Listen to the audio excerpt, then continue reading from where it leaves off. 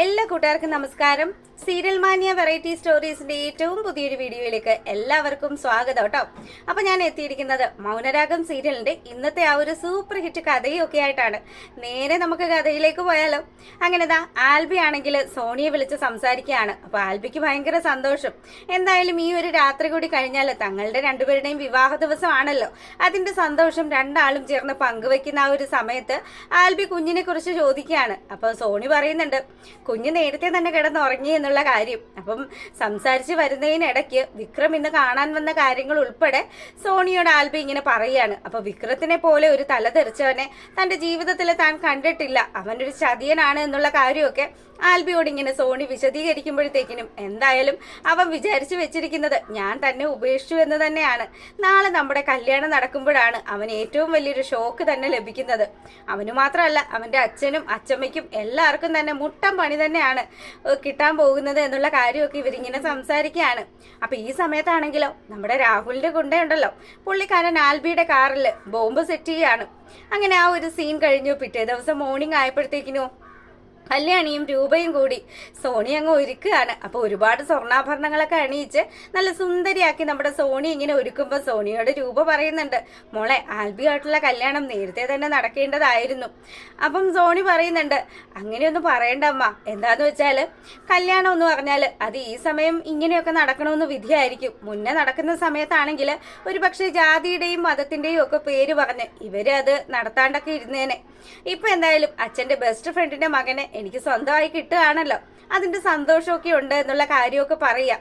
അങ്ങനെ വളരെ ഹാപ്പി ആയിട്ട് നിൽക്കുമ്പോൾ നമ്മുടെ കല്യാണി പറയുന്നുണ്ട്, എന്റെ കിരണേട്ടനെ പോലെ തന്നെ അത്രയധികം സ്നേഹിക്കുന്ന ഒരാൾ തന്നെയാണ് ആൽബി. അപ്പം ആൽബിയോടൊപ്പം നീ സന്തോഷത്തോടു കൂടി കുഞ്ഞുമൊക്കെ ആയിട്ട് ജീവിക്കണം എന്നുള്ള കാര്യമൊക്കെ പറയുമ്പം എനിക്ക് ഒരുപാട് സന്തോഷമുണ്ട്. അങ്ങനെയൊക്കെ അവർ സംസാരിക്കുക കേട്ടോ.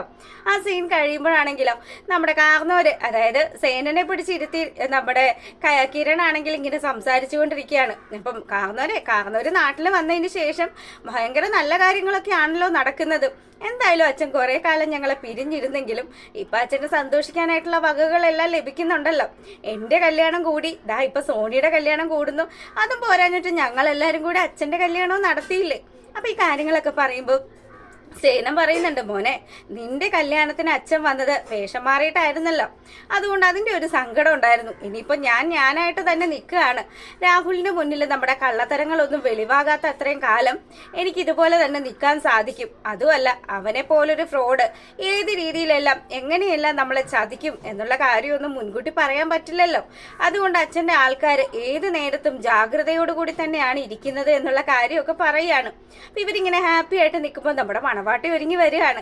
അവളെ കാണുമ്പോഴത്തേക്കിനോ സേനന്റെ മനസ്സും കണ്ണും ഒക്കെ നിറയുകയാണ്. തന്റെ മകളെ ഒരു വധുവിന്റെ വേഷത്തിൽ കാണുമ്പോഴത്തേക്കിനും ഏതൊരു അച്ഛനും ഉണ്ടല്ലോ സന്തോഷം. അതേപോലെ തന്നെ സേനനാണെങ്കിൽ മകൾക്ക് അനുഗ്രഹമൊക്കെ നൽകുകയാണ്. അങ്ങനെ കല്യാണിയുടെ കാലിൽ വരെ തൊട്ട് അനുഗ്രഹം വാങ്ങിക്കുകയാണ് സോണി. അപ്പം ഇങ്ങനെ കാര്യങ്ങളൊക്കെ നടക്കുമ്പോഴോ നമ്മളെ കാണിക്കുന്നത് ആൽബിയുടെ വീട്ടിലാണ്.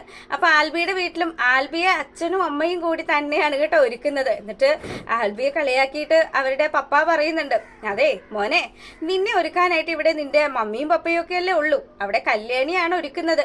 ബ്യൂട്ടീഷ്യൻ മാറി നിൽക്കും, കല്യാണി അതുപോലെ സുന്ദരിയാക്കി ആയിരിക്കും ഇത് സോണിയെ ഇറക്കുന്നത് എന്നുള്ള കാര്യം.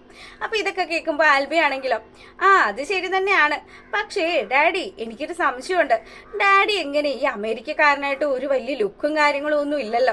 എടാ മോനെ, അത് നിന്റെ മമ്മിയോട് ആൾക്കാരൊക്കെ ചോദിക്കാറുണ്ട്. പക്ഷെ നിന്റെ മമ്മി പറയുന്നത് എന്താന്നോ, അവൾക്ക് കിട്ടിയ ഏറ്റവും വലിയ നിധിയാണ് ഞാനെന്ന്. പിന്നെ ശരി തന്നെയാണ്, ഞാൻ എപ്പോഴും അങ്ങനെയൊക്കെ പറഞ്ഞെന്ന് പറഞ്ഞ് പുള്ളിക്കാരന്റെ ഭാര്യയാണെങ്കിൽ അവിടെ നിന്ന് ഇങ്ങനെ സംസാരിക്കുക കേട്ടോ. അപ്പോൾ ഉടനെ തന്നെ അച്ഛനും അമ്മയും മോനും കൂടി ഇങ്ങനെ കെട്ടിപ്പിടിച്ച് നിൽക്കുക. എന്നിട്ട് പറയുന്നുണ്ട്, കല്യാണം കഴിഞ്ഞ് ഇന്ന് തന്നെ മോളെ നമ്മുടെ കുട്ടിയെ കൂടെ കൊണ്ടുവരണം എന്നുള്ള കാര്യം പറയുക. എന്തായാലും മോളെ കൂടി കൊണ്ടുവരും അങ്ങനെയൊക്കെ പറഞ്ഞ് ആൽബിയൊക്കെ അവിടെ നിന്ന് ഇറങ്ങാൻ തുടങ്ങുമ്പോഴത്തേക്കിനും നമ്മുടെ കിരണാണെങ്കിലോ വേലക്കാരി ചേച്ചിയുടെ അടുത്താണല്ലോ കുഞ്ഞുങ്ങളെയൊക്കെ ആക്കിയിരിക്കുന്നത്. അപ്പൊ അതുകൊണ്ട് തന്നെ രൂപ അമ്മയുടെ വീട്ടിലാണ് ഫുഡും കാര്യങ്ങളും ഒക്കെ ഒരുക്കിയിരിക്കുന്നത്. ചേച്ചി വാ, പിള്ളേരുമായിട്ട് വാ എന്നൊക്കെ പറഞ്ഞ് അവരെ കൂട്ടാൻ വേണ്ടി പോയിരിക്കുകയാണ്. അപ്പൊ ഈ സമയത്താണെങ്കിലോ അപ്പുറത്തെ വീട്ടിൽ നിന്ന് നമ്മുടെ സരയും ശാരിയും കൂടി കാര്യങ്ങളെല്ലാം എത്തി നോക്കുകയാണ്. ഹോ, ആ കല്യാണത്തിന് വേണ്ടി ആ പിള്ളേരെ കൊണ്ടുപോകാൻ വേണ്ടി വന്നതാണ് കിരൺ. എന്തായാലും ആ കല്യാണം ഇനി നടക്കുമല്ലോ ദൈവമേ.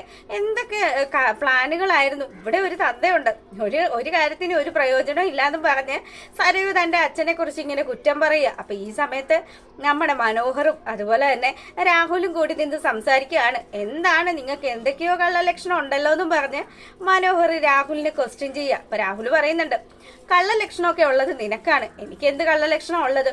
പിന്നെ ഞാൻ പിടിച്ചു നിൽക്കാൻ വേണ്ടി ചെറിയ ചെറിയ കള്ളത്തരങ്ങളൊക്കെ ചെയ്യുന്നു, നീയാണെങ്കിലോ അതൊന്നും അല്ലല്ലോ, അതുക്കും മേലെ അല്ലേ എന്നൊക്കെ ചോദിക്കുക. അപ്പം രാഹുലിനോട് മനോഹർ പറയാണ്, അതെ, നിങ്ങൾ എന്നെ തീർക്കാനാണ് വല്ല പദ്ധതി ഇടുന്നതെങ്കിൽ അത് നിങ്ങളുടെ നാശത്തിനാണ്.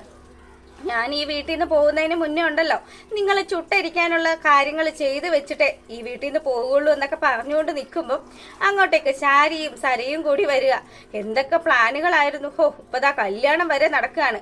നിങ്ങൾക്കല്ലേലും ഈ പ്ലാനിടൽ മാത്രമേ ഉള്ളൂ, നിങ്ങളെ കൊണ്ട് ഒരു കാര്യവും നടക്കില്ല എന്നും പറഞ്ഞ് ശാരി ആണെങ്കിലോ രാഹുലിന്റെ നേരെ അങ്ങ് ചെല്ലുകയാണ്. അപ്പൊ രാഹുലാണെങ്കിലോ, എന്റെ പൊന്നു ശാരി, നീ ഒന്ന് അടങ്ങ്, ഞാൻ ചെയ്യാനുള്ള കാര്യങ്ങളെല്ലാം ഞാൻ ചെയ്തിരിക്കും. എന്തായാലും ഈ തലക്ക് സ്ഥിരതയില്ലാത്ത മനുഷ്യന്റെ കൂടെ ഇനി ഞാൻ എങ്ങനെ ജീവിക്കും മോളെ? എത്രയും പെട്ടെന്ന് തന്നെ മോളും മരുമോനും കൂടി അമേരിക്കയിലേക്ക് പോകണം, എന്നിട്ട് വേണം എനിക്ക് നിങ്ങളോടൊപ്പം വരാൻ എന്നൊക്കെ പറഞ്ഞ് ശാരി ഇങ്ങനെ സംസാരിക്കുക. അപ്പൊ സരയു ആണെങ്കിലോ, ശരി തന്നെ അമ്മേ, നമുക്കിനി അച്ഛനെ നോക്കി ഇവിടെ നിൽക്കേണ്ട ആവശ്യമൊന്നുമില്ല, എന്തിനാ ഇതുപോലെയുള്ള ഒരു അച്ഛനെ നോക്കുന്നത്? എനിക്ക് എന്തായാലും മടുത്തു. നിനക്ക് മടുത്തെങ്കിൽ നീ പോയിക്കോടി എന്ന് രാഹുല് പറയുക കേട്ടോ. അപ്പൊ ഇത് കേൾക്കുമ്പോഴത്തേക്കിനും മനോഹരനാണെങ്കിലോ, താങ്കൾക്ക് തലക്ക് സ്ഥിരക്കേട് ആയതുകൊണ്ട് മാത്രം ഞാനൊന്നും പറയുന്നില്ല, എന്തായാലും എൻ്റെ ഭാര്യയും അമ്മായിയമ്മയും ഞാൻ കൂടെ കൂട്ടാൻ തീരുമാനിച്ചു, പിന്നെ വട്ടമുള്ളവർ ഇതല്ല, ഇതിന്റെ അപ്പുറത്തെ വർത്താനമൊക്കെ പറയുമെന്നും പറഞ്ഞ് അയാൾ ഇങ്ങനെ ദേഷ്യപ്പെടുക. അപ്പോഴത്തേക്കിനും ആണെങ്കിലോ നമ്മുടെ സരയു പറയുന്നുണ്ട്, ഇനി എന്തൊക്കെ വന്നാലും അച്ഛൻ്റെ ഇതൊന്നും കേൾക്കാനൊന്നും ഞാൻ നിൽക്കുന്നില്ല, ഞാൻ ഇവിടുന്ന് എൻ്റെ മനോഹരേട്ടനെ കൊണ്ട് ഇറങ്ങുകയാണ്. ആ കല്യാണം കേട്ട് ഞാൻ മടുത്ത് നിൽക്കുകയാണ്. കല്യാണത്തിൻ്റെ കാര്യങ്ങളൊക്കെ ഇന്ന് സംഭവിക്കുമല്ലോ, എന്തൊക്കെയോ ചെയ്ത് വെക്കാന്നൊക്കെ പറഞ്ഞിട്ട് ആ പ്ലാനുകൾ പോലും നടപ്പാക്കാൻ പറ്റുന്നില്ലല്ലോ, നിങ്ങളൊക്കെ എന്തിനെങ്ങനെ ജീവിച്ചിരിക്കുന്നതെന്നും പറഞ്ഞ് അവള് ദേഷ്യപ്പെട്ട് അവിടുന്ന് ഇറങ്ങിപ്പോവുക. അപ്പൊ രാഹുലാണെങ്കിലോ അടുത്തത് ഫോൺ എടുക്കുകയാണ്, ഗുണ്ടയെ വിളിക്കണമല്ലോ, എപ്പോഴാണ് പൊട്ടിത്തെറി നടക്കുന്നതെന്നുള്ള കാര്യങ്ങൾ സെറ്റ് ചെയ്യാൻ വേണ്ടിയിട്ട്. അപ്പൊ അതൊക്കെ കാണിച്ചുകൊണ്ടാണ് ഇന്നത്തെ വിശേഷം എത്തിയിരിക്കുന്നത്. എല്ലാവരും കാണുക. എല്ലാവർക്കും നല്ലൊരു ദിവസം ആശംസിക്കുന്നു. താങ്ക്